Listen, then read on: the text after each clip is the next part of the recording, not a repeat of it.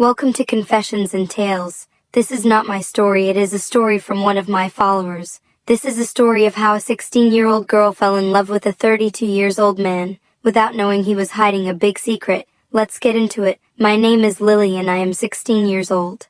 As at this time I was in SS3 writing my WEC examinations, so on the day was our final paper. We had a party organized by my classmates, and this party was at a very popular club in Lagos. As a young girl I wasn't always allowed to go out much, so I was very happy to attend. I had just a few drinks and I was already tipsy. As I was dancing I noticed a man watching me every time I glanced in his direction. I didn't care so much, I was just very happy to be there. Hours went by and it was already 9 and me knew I had to be on my way home if I didn't want to get in trouble with my dad. So I called my friend and told her we had to be on our way. While we were walking out of the club, we noticed a white car coming slowly behind us. He pulled over and rolled down his window. "Hello beautiful girls," he said. As his window rolled down slowly I saw his handsome face, then I recognized him. He was the same man staring at me inside the club.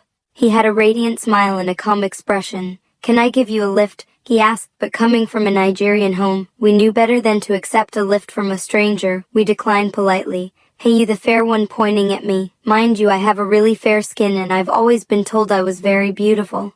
Can I know your name?" I didn't want to respond at first, but his expression made it hard to ignore him. "My name is Lily," I said. "You are very beautiful. Can I have your number? I promise not to bother you, please," he said. I was reluctant at first, but I said to myself what could go wrong. So I gave it to him. He said, "Thank you pretty girl, have a good night," and drove off. I was surprised I gave him my number. He just has this charm I couldn't resist. I am someone who didn't like talking to men or even boys in my school. I was always cautious because my mother filled my head with bad stories about men.